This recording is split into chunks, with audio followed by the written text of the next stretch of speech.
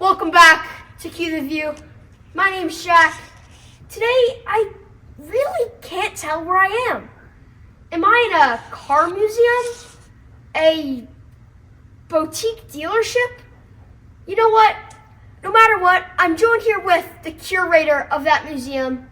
I'm joined here with Stu Carpenter of Copley Motorcars. Stu. Thank you so much for being here. Jack, thanks for coming. Really appreciate it. Stu, as I usually like to start my interviews, they know who I am. Can you tell us a little bit about yourself? I sure can.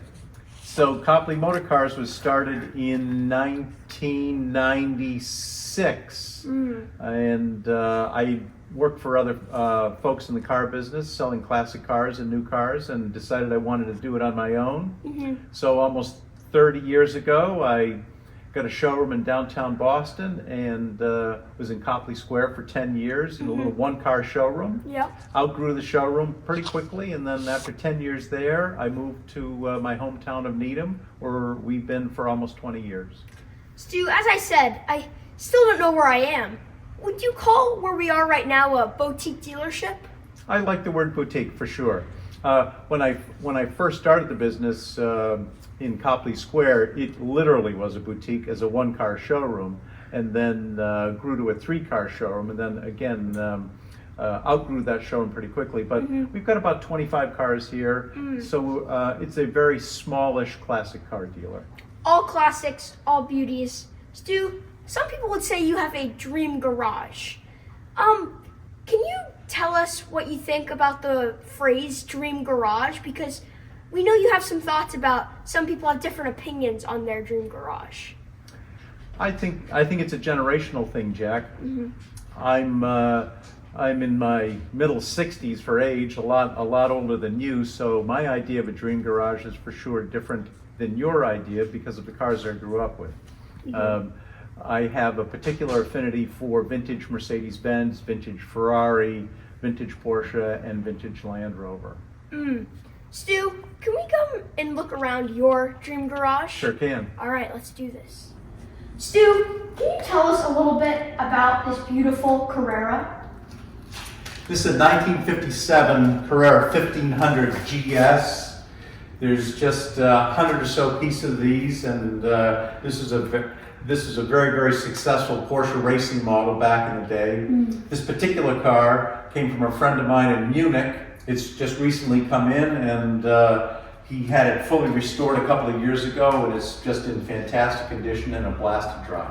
Beautiful. Stu, let's look at a couple more cars. Stu, can you tell us about this East African Safari Porsche you have?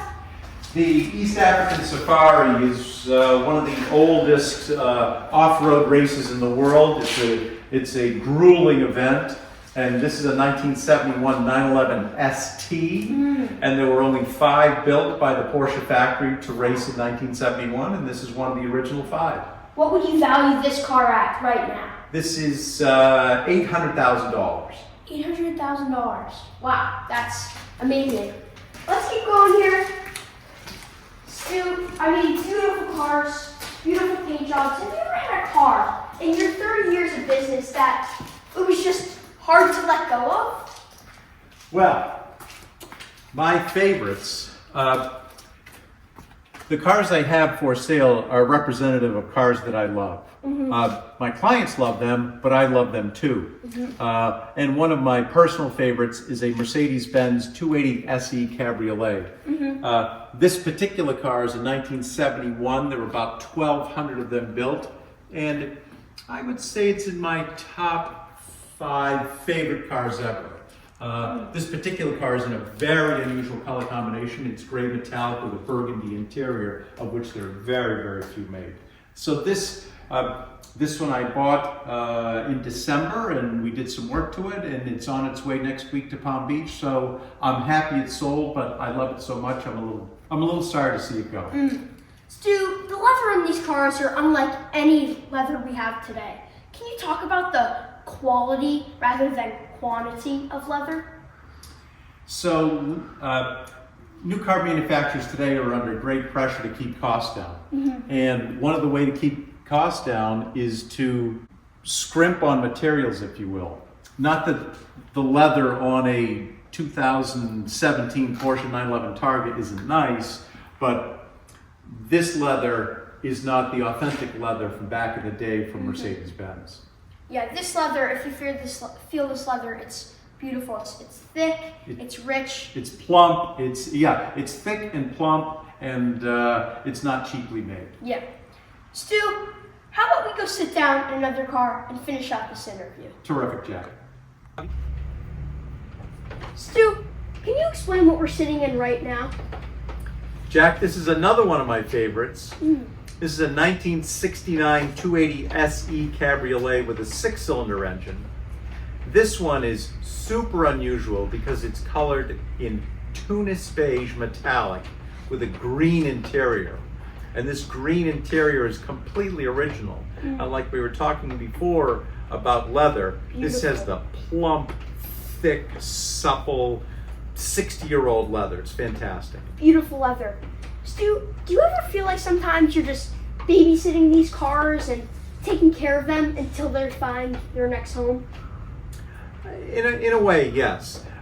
Obviously, I need to sell cars to pay the light bill, but the excitement for me is to find a fantastic car, and then spend time around it. I get to drive every one of these, and when the weather's nice, I'll be driving this car probably in a few weeks' time.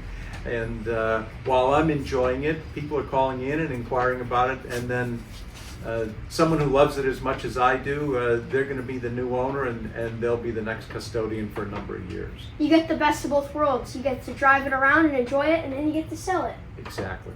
Stu, your business is many classic and collectible cars. What advice would you give to somebody who's first starting their collection of classic and collectible cars? My number one piece of advice is, if you see a car and like it, buy it. Stu, when it comes to getting rubber on the road, what's harder, finding tires for a car or finding your signature blue Nikes which you wear every single day? Oh, the blue Nikes are easy because Nike stocks them all the time, and I go online and I build my own Nikes, so they're easy. I can go online today, build a pair, and I'll have them in 6 weeks.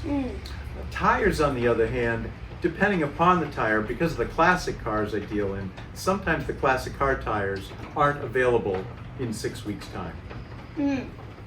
So tires are harder, which makes sense, but if you ever see Stu, make sure to check out his blue Nikes. Stu, our final question. What is your perfect Sunday? What car are you picking? Where are you going? Oh my gosh. Well, it all depends upon the weather. Beautiful day. If it's a beautiful spring or summer day, I'm absolutely taking one of these 280 SE Cabriolets. And my wife and I will do what so many other people do. I'll come into work in the morning, I'll drive it to coffee, I'll drive it home, and then we'll go out for lunch or an ice cream cone. Beautiful. Stu, thank you so much for being on Quetheview. Really appreciate it. Again, I'm Jack, and today we have a very special mic. Stu, can you explain what our mic is? I mean, it may just look like a wrench, but there's a story behind the wrench. Well, it's a wrench, but it's more than a wrench. So that wrench has come out of a tool roll from a 1971 Ferrari 365 GTS4 Daytona Spider. There were 121 Daytona Spiders built. It's a front-engine V12 convertible Ferrari. They sell for about $3 million. And this came out of the tool roll out of that Daytona Spider. And just the tool roll alone in that $3 million Ferrari is about $25,000. $25,000 for tools. That's incredible. Well, again, Stu, thank you so much. Jack, thank you. Again, I'm Jack. Today, we have a beautiful wrench from a $25,000 tool roll. I'm joined here with Stu Carpenter. Stu Carpenter. We're out.